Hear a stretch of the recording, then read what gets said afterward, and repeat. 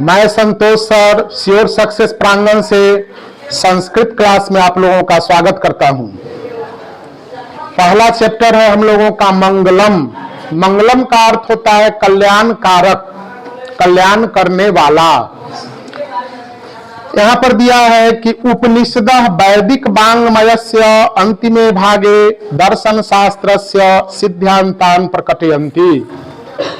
उपनिषद वैदिक वाङ्मय के अंतिम भाग में दर्शन शास्त्र के सिद्धांतों को प्रकट करते हैं, अर्थात बतलाते हैं। सर्वत्र परम पुरुषस्य परमात्मनः महिमा प्रधानतया गीयते। सभी जगह परम पुरुष परमात्मा की महिमा प्रधान रूप से गाई जाती है। तेन परमात्मना जगत व्याप्तम अनुशासितम च अस्ति। उस परमात्मा के द्वारा संसार व्याप्त यानी फैला हुआ और अनुशासित है। ये संसार कैसे फैला हुआ है इसको आप समझिएगा। हम जितना भी देखते हैं ग्रह उपग्रह, तो उतना तक ही संसार ईश्वर का नहीं फैला हुआ है। ऐसा ऐसा न जाने कितना ब्रह्मांड है, उसका नाम दिया गया अनंत कोटि ब्रह्मांड। उस सब में व्याप्त है कौन? परमपिता परमेश्वर। तो जो परम पिता परमेश्वर अनंत कोटि ब्रह्मांड में व्याप्त है यानी फैले हुए हैं, अनुशासितम च अस्ति, और एक अनुशासन के अंतर्गत ही ये सब में क्रियाकलाप होते हैं। सूर्य का रोज उगना अस्त होना, जाड़ा गर्मी बरसात का आना जाना, हम लोगों का भी रोज शासन के पीछे चलना, अनुशासित होकर के पढ़ाई करना। तो उसी तरह ईश्वर भी एक अनुशासन में हर को बांध के रखा है। उसी अनुशासन पर यह संसार व्याप्त है। स एव, यहाँ पर संधि विच्छेद करोगे, सह जोर एव विसर्ग का लोप है। सह ऐसा के बाद अ को छोड़कर कोई भी वर्ण आ जाए, 45 में से कोई भी वर्ण, 46 में अ को छोड़ दीजिए, 45 में से कोई भी वर्ण आता हो तो विसर्ग का लोप कर सकते हैं। तो यहाँ पर दिया है स एव, सहजोर एव, वह ही सर्वेशाम तपसाम परमम लक्ष्यम, सभी तपस्याओं का परम लक्ष्य है। जितनी प्रकार की तपस्या है, जो भी करने योग्य कार्य है, वो सब तपस्या के अंतर्गत आते हैं। विद्यार्थी भी तप करता है, जो आप पढ़ाई करते हैं ये भी एक प्रकार की तपस्या है। शिक्षक जो पढ़ाते हैं मन से वो भी क्या है? एक प्रकार की तपस्या है। किसान जो खेत में तपता है, जाड़ा गर्मी बरसात में तपस्या करता है, वो भी तपस्या है। यानी जो भी काम करने योग्य हैं वो सब आते हैं तपस्या के अंतर्गत। तो यहाँ कहता है सब प्रकार की तपस्याओं का परम लक्ष्य कौन है? तो ईश्वर है, परम पिता परमेश्वर है। अस्मिन् पाठे, इस पाठ में परमात्म परा उपनिषदाम पद्यात्मका पंच मंत्रा संकलिता संति। तो सर्वश्रेष्ठ उपनिषद के पद्य रूप में 5 मंत्र दिए गए हैं, और वो 5 मंत्र उपनिषद 108 हैं, तो 4 उपनिषदों से लिए गए हैं। 5 मंत्र है जिसमें 2 मंत्र एक ही उपनिषद से लिए गए हैं। जैसे पहला मंत्र लिया गया ईशावास्योपनिषद, ईशावास्य जोर उपनिषद, संधि करेंगे तो अर्थ आएगा ईशावास्योपनिषद। तो इसका आप यहाँ पर श्लोक देखिएगा, संधि विच्छेद समास वगैरह, और पीछे अन्वय से अर्थ देखिएगा। हालांकि हम यहाँ से भी अन्वय करके अर्थ बता देंगे, लेकिन वहां दिया गया है हिरण्मयेन पात्रेण सत्यस्यापि हितं मुखं तत्त्वं पुषन् अपावृणु सत्य धर्माय दृष्टये। कहता है हिरण्मयेन पात्रेण, विशेषण विशेष से, पात्र बर्तन उसका क्या विशेषता है? सोना के जैसा है।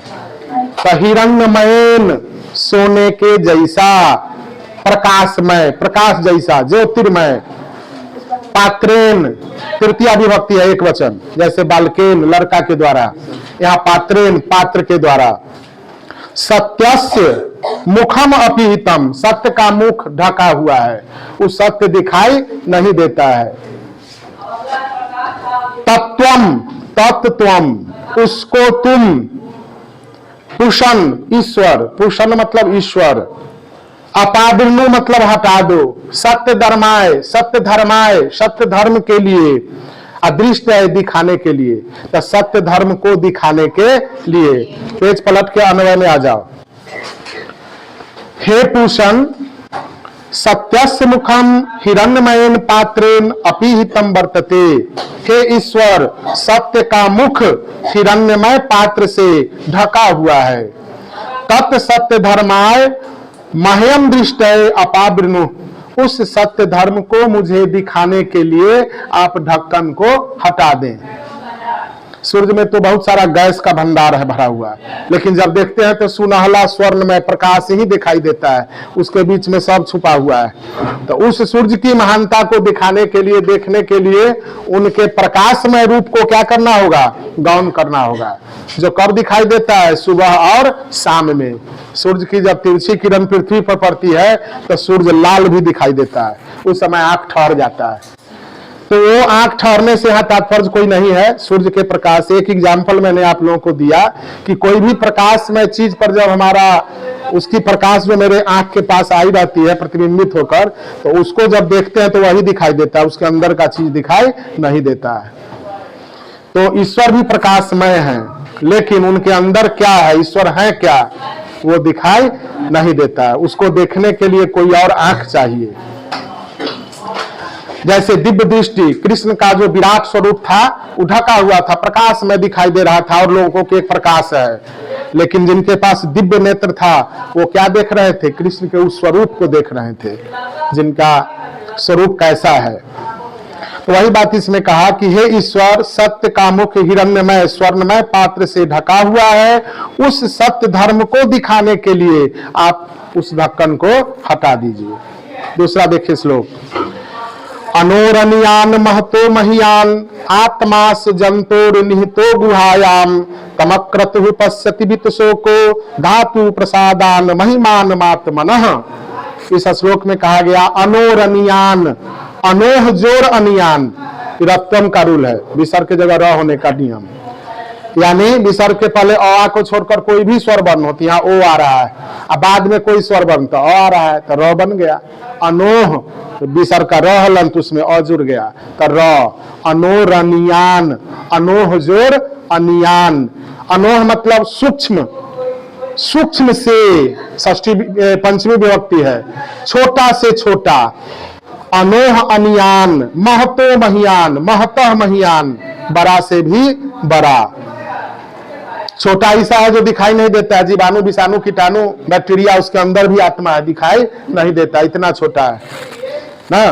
परमाणु उससे छोटा, अणु उससे छोटा, गॉड पार्टिकल्स, ईश्वरीय कण जो दिखाई, जिससे बना है पूरा ये अनंत कोटि ब्रह्मांड, और दिखाई नहीं देता है, उसमें भी क्या है? ईश्वर निवास करते हैं। इतना बड़ा फैला हुआ ब्रह्मांड, यहाँ भी ईश्वर व्याप्त है, फैले हुए हैं। तो वही कहता है जो सूक्ष्म से सूक्ष्म है और महान से महान है। आत्मा अस्य जंतो निहितो गुहायाम। तो आत्मा क्या है? इस जंतु के हृदय रूपी गुफा में मौजूद है। तमक्रतु, तम उसको, अक्रतु विद्वान लोग, पश्यति देखते हैं, अबित शोको शोक रहित हो जाते हैं। व्यतीतः शोक यह समाप्त कर दिया है शोक को जिसने, वह कौन है? विद्वान लोग। धातु प्रसादात महिमान नम आत्मनः। धातु प्रसादात मतलब इंद्रिय के प्रभाव से, इंद्रिय प्रभावात उस महिमा को, आत्मा के महिमा को देख लेते हैं। चलो अन्वय में देखोगे अर्थ। जंतोह गुहायाम निहितः अयम आत्मा। जंतुओं के, जीवों के हृदय रूपी गुफा में, जैसे गुफा में रहता है ना शेर, भालू ना, चीता, ये सब गुफा में रहता है। बहुत साधु संत ऋषि मुनि महात्मा भी तपस्या करते हैं गुफा में जाकर। तो उसी प्रकार से आत्मा कहाँ मौजूद है? हृदय रूपी गुफा में। निहित मौजूद, अयम आत्मा, यह आत्मा, अनोह अनियान, सूक्ष्म से सूक्ष्म, महतः महियान च वर्तते, और महान से भी महान है, बड़ा से भी बड़ा है। अक्रतु धातु प्रसादात, विद्वान लोग, बुद्धिमान लोग, ज्ञानी लोग इंद्रियों के प्रभाव से, इंद्रिय ना 5 इंद्रिय हैं, ज्ञान वाले या 5 कर्म वाले। ज्ञान वाला 5 इंद्रिय कौन कौन है? आंख, कान, नाक, जो देखता है, सुनता है और सूंघता है। जिह्वा, जीभ जो स्वाद लेता है उसका ज्ञान करता है। त्वचा जो स्पर्श अनुभव कराता है। तो ये 5 जो इंद्रिय हैं हमारी, ये कौन इंद्रिय हैं? ज्ञान की इंद्रिय।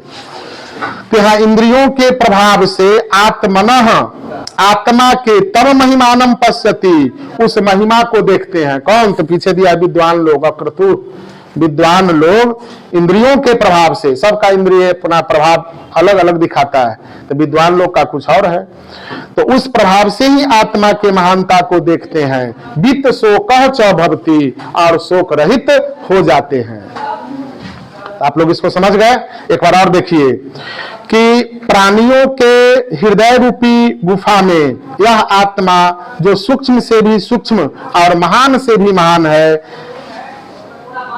अक्रतु धातु प्रसादात आत्मनः तम महिमानम पश्यति, विद्वान लोग इंद्रियों के प्रभाव से आत्मा की उस महिमा को देखते हैं। अवित्त शोकः च भवति, शोक रहित हो जाते हैं। आगे लिखा सत्यमेव जयते, वो अगला श्लोक का है, उसको आगे देखेंगे। ये लिया गया था कठोपनिषद से, कठ जोड़ उपनिषद बराबर कठोपनिषद। अब तीसरा श्लोक लिया गया मुंडकोपनिषद से, मुंडक उपनिषद है, वहां से लिया गया है। सत्यमेव जयते नानृतम सत्येन पंथा विततो देवयानः ये नाक्रमंत ऋषयो ह्याप्त कामा यत्र तत् सत्यस्य परम निधानम। कहता है इसमें कि सत्यमेव जयते, सत्यम एव जयते, अन्वय में दिया होगा और तोड़ के, सेकंड से ही देखोगे, सेकंड नंबर में ही आ गया 3-4 वर्ड। सत्यम एव जयते, सत्य ही जीतता है, अनिरितम न जयते, झूठ नहीं जीतता। रितम मतलब ही सत्य होता है, अनिरितम, जैसे सत्यम का उल्टा असत्यम, न सत्यम नए समास, उसी प्रकार रितम मतलब सत्य और नरितम बराबर और नृतम, अन्न लग जाता है, अन्न में री, स्वर बनाने पर अन्न और व्यंजन बनाने पर अ जुड़ता है। तो यहां पर आप देख रहे हैं कि अनृतम न जाते, झूठ नहीं जीतता, सत्य जीतेगा, झूठ नहीं जीतेगा।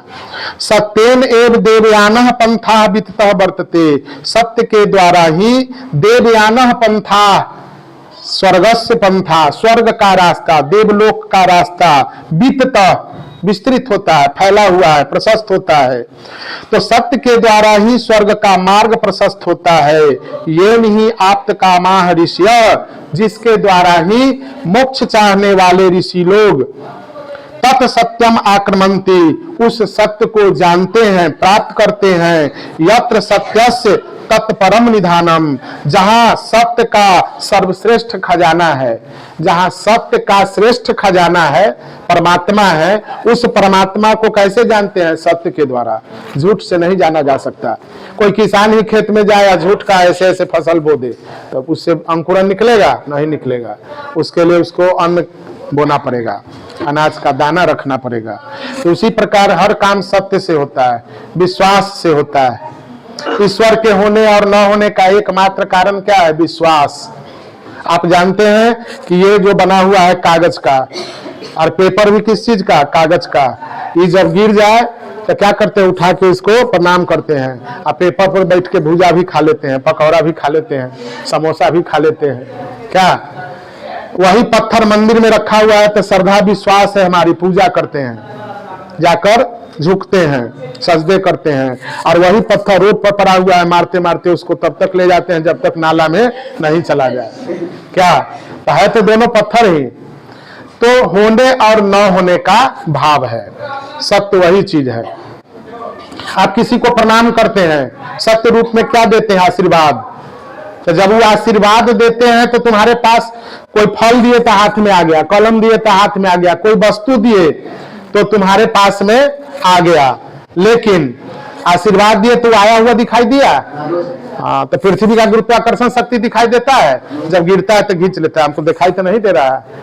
उसी प्रकार वो आशीर्वाद है, वो काम कर रहा है, आपको दिखाई नहीं देता है। कहा गया है कि प्रणाम करने के स्वभाव वाले का अभिवादनशीलस्य नित्यम वृद्धोपसेविनः, नित्य बुजुर्गों की सेवा करने वाले का चत्वारि तस्य वर्धन्ते, 4 चीज उनका बढ़ता है। आयु विद्या यशो बलम, आयुर्विद्या यशो बलम अर्थात आयु विद्या यश और बल, वो अपने बढ़ेगा, वो दिखाई चुंबकीय प्रभाव के समान नहीं देगा। किसका? तो जो प्रणाम करने के स्वभाव वाला है। अब गुड मॉर्निंग करना, प्रणाम करना, नमो नमः कहना ना, प्रणाम प्रणाम कहना, ये सब क्या है? अभिवादन है। और इससे जो अगला तुमको अभिवादन करे या आशीर्वाद दे वो तुम्हारे पास फलदायी होता है। चलिए, तो हम लोग अभी समझ रहे थे कि सत्य पर ही संसार टिका हुआ है। बिना सत्य का जो है, सत्य का ऐसा खजाना, हर जगह ही सत्य का खजाना है, जहां से तुमको ग्रहण करने के लिए सत्य के अंदर प्रवेश करना पड़ेगा ना। अगला दिया है 4था नंबर, मुंडकोपनिषद से ही है। यथा नद्यः स्यन्दमानाः समुद्रे अस्तम गच्छन्ति नाम रूपे विहाय, तथा विद्वान नाम रूपाद् विमुक्तः परात् परम पुरुषमुपैति दिव्यम। यथा नद्यः, जैसे नदियां, स्यन्दमानाः, बहती हुई, निरंतर चलती हुई, समुद्रे अस्तम गच्छन्ति, समुद्र में डूब जाती है। तो डूबना मतलब क्या? मिल जाना, समुद्र में यहाँ पर मिलती है। नाम रूपे भी है, अपने नाम और रूप को छोड़कर। अब बाहर में है तब तो उसका रूप भी है, कितनी चौड़ी है, तो कोई कम चौड़ी है, किसी का नाम गंगा है, यमुना है ना, कृष्णा, कावेरी, गोदावरी, ये सब अलग अलग नाम से जानी जाती है। लेकिन जब समुद्र में पहुंचती है तो एक ही पानी कहलाती है, जल कहलाती है, समुद्र का जल जो नमकीन है, खारा है, उस समय हर का गुण खत्म ना। तो उसी प्रकार आत्मा है जो अपने अपने नाम से हर जगह व्याप्त है कि ये फलाने महापुरुष है, तो फलाने महापुरुष है, उनका नाम खत्म, वो सब जो है एक ही परम आत्मा में मिल गया। तो आत्मा अपना अपना नाम रूप छोड़ देती है, तो आत्मा ही परमात्मा में मिल जाता है। लेकिन इस साधारण रूप से नहीं मिलता है। इसको मिलने के लिए जैसे नदी को कितना चट्टान से टकराना, मैदान से जाना, गड्ढों से जाना पड़ता है, दुर्गम स्थानों से जाना, उसी प्रकार आत्मा को कई जन्म लगता है परमात्मा में मिलने के लिए। तो यही कहता है इसमें, देखो अन्वय में कि यथा नद्यः स्यन्दमाना, जैसे नदियां बहते हुई, सत्यः नाम रूपे विहाय, अपने सत्य नाम रूप को छोड़कर समुद्रे अस्तम गच्छन्ति, समुद्र में मिल जाती है। तथा एव विद्वान, वैसे ही विद्वान लोग, वैसे ही ज्ञानी लोग, नाम रूपाद विमुक्तः सन, नाम और रूप को छोड़कर तम दिव्यम प्राप्त परम पुरुषम उपैति, उस दिव्य परम पिता परमेश्वर में मिल जाते हैं, परमेश्वर के पास चले जाते हैं ना। जो बुद्धिमान लोग हैं, ज्ञानी लोग हैं, विद्वान लोग हैं, वो कहां पर मिल जाते हैं? तो परम आत्मा में, परमात्मा में मिल जाते हैं। फिर से एक बार देख लो कि जैसे नदियां बहते हुई अपने नाम और रूप को छोड़कर समुद्र में मिल जाती हैं, उसी प्रकार विद्वान लोग नाम और रूप को छोड़कर परम पिता परमेश्वर में मिल जाते हैं, यानी आत्मा उनका परम आत्मा में मिल जाता है। लास्ट श्लोक दिया है इसी पेज में है, वेदाह में तम पुरुषम महांतम आदित्य वर्णम तमसः परस्तात् तमेव विदित्वाति मृत्युमेति नान्यः पंथा विद्यते अयनाय। इसमें ये श्लोक लिया गया है श्वेताश्वतरोपनिषद से। कहता है कि वेदाह में तम, 3 शब्द निकला इसमें से, वेद, अहम, एतम। अहम यहां पर लिख दिया, अनवय में पहले लिखा अहम, तमसः परस्तात्, मैं अंधकार के बाद, अंधकार के पश्चात, आदित्य वर्णम एतम महानतम पुरुषम वेद, आदित्य वर्ण, आदित्य वर्ण मतलब ज्योतिर्मय, प्रकाशमय, इस महान पुरुष को जान ले। यहां पर ईश्वर से प्रार्थना किया जा रहा है कि हे ईश्वर, मैं अंधकार के पश्चात आदित्य स्वरूप प्रकाशमय इस महान पुरुष को जान ले। तम एव विदित्वा, क्योंकि उसको ही जानकर मृत्युम अत्येति, मृत्यु से पार हो सकता है, मृत्यु को पार किया जा सकता है।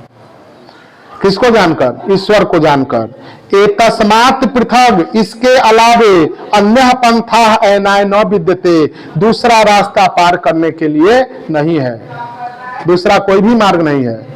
एक ऐसा रास्ता में आएगा पड़ा जहां मृत्यु नामक मार्ग है, रास्ता, उसको पार करना ही पड़ेगा।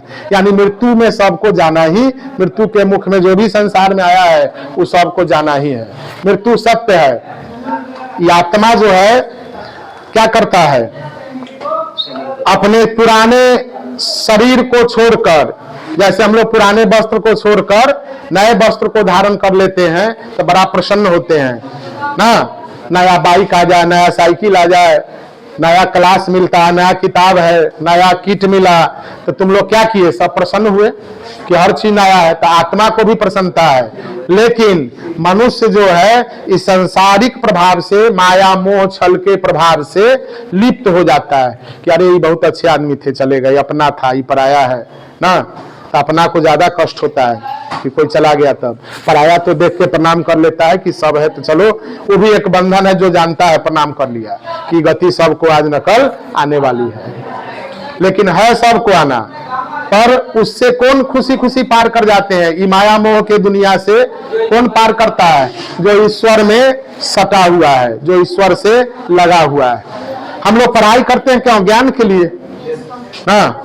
अब किसी को इंजीनियर बनना है तो खाली मैथ फिजिक्स केमिस्ट्री पढ़ता, लेकिन इंजीनियर बनने के बाद वो क्या करेगा, उसको तो इसी माहौल में आना पड़ेगा ना। फिर तो वहां पब्लिक को जब समझाना है, कोई मूव है तो वहां A+B² थोड़े सुनाएगा। वहां तो जो पढ़ते हो तुम, क्लास 10th की पढ़ाई जो कर रहे हो, अभी हर प्रकार के विषय पढ़ते हो, अभी तक जो पढ़ के आए, इसका नॉलेज बांटेगा अपना। तो इस नॉलेज को मनुष्य को क्या करना चाहिए, ज्ञान को लेना चाहिए। ज्ञान को कहीं से भी लेना चाहिए। कहा जाता है कि दुश्मन के पास भी अगर नॉलेज है तो लेना चाहिए। रावण को जब मारे थे राम, तो लक्ष्मण को कहे कि है लक्ष्मण, जाके रावण से ज्ञान लो, नीति शास्त्र का बहुत बड़ा विद्वान है। तो वो कहे थे क्यों, तो क्योंकि बहुत ज्ञान था उसके पास। तो ज्ञानी से ज्ञान ले लेना चाहिए। जो अगर ज्ञानी भी है और दुष्ट है तो उसकी दुष्टता को लेना नहीं चाहिए। हाँ, तो चलिए, इस प्रकार से हम लोगों ने मंगलम पाठ आज पढ़ा। अब आप लोग इसका वर्ड मीनिंग याद करके आएंगे। हाँ,